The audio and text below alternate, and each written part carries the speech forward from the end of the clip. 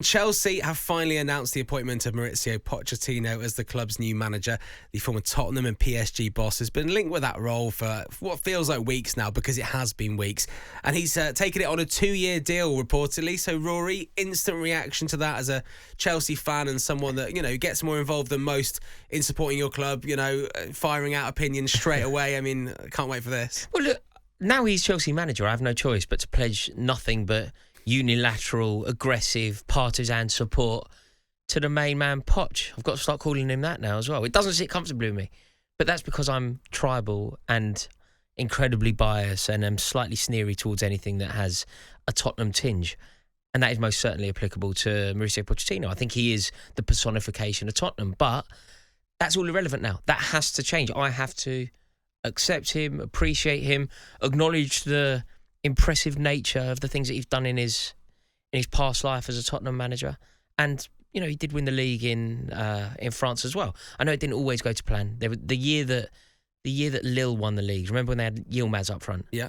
The year they won the league and Pochettino didn't, that doesn't sit comfortably, because PSG should be winning that league every year, shouldn't they? Yeah, for sure.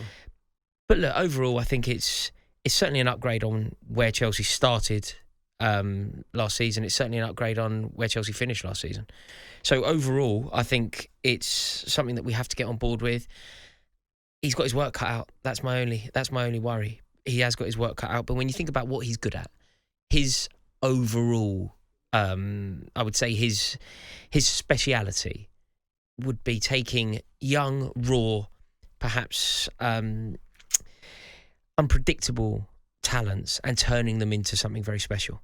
Like he is the very definition of creating a diamond out of the rough. So players like Callum Hudson-Odoi, for example, who's been on loan at Bayer Leverkusen, and he's barely played. In fact, I went to watch them in the Europa League 2 legs playoff, and he was on the bench, and he was the one player I don't think I saw warming up at any point, whether he's injured or not, or they just don't fancy him. I don't know, but he's a good. I think he'll be having a look. If you look at what Pochettino did with certain players at Tottenham, if you look at the way that he elevated players like Dele Alli, players like Harry Kane, players like Christian Eriksen, and then you look at that template and try and put it into a Chelsea context, it's exciting.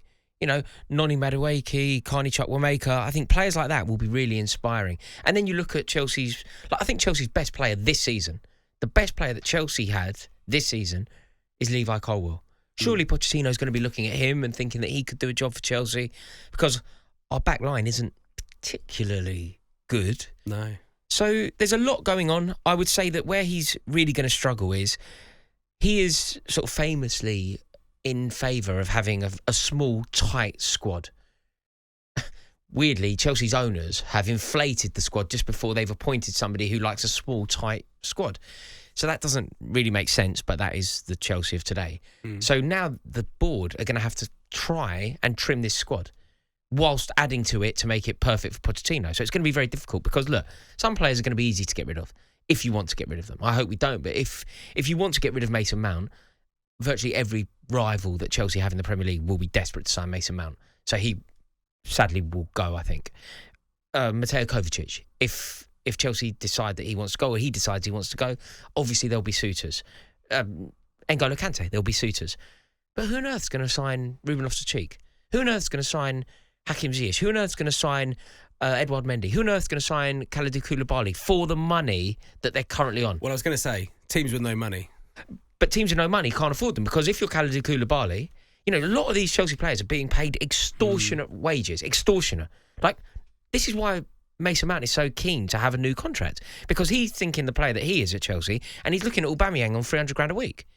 So obviously he wants a pay rise, and he's right. Mason Mount is totally correct. He is 100% correct to want parity with Chelsea's top earners, because he is one of Chelsea's best, most important players. And if they're not giving him that, sadly he has to leave. But the players that are on that massive money, they're not going to leave, because they're not going to get anywhere near. Kalidou Koulibaly will never get a contract like he's got at Chelsea again. So why on earth is he going to leave? So how Pochettino goes about trimming the fat off this squad, I really do not know.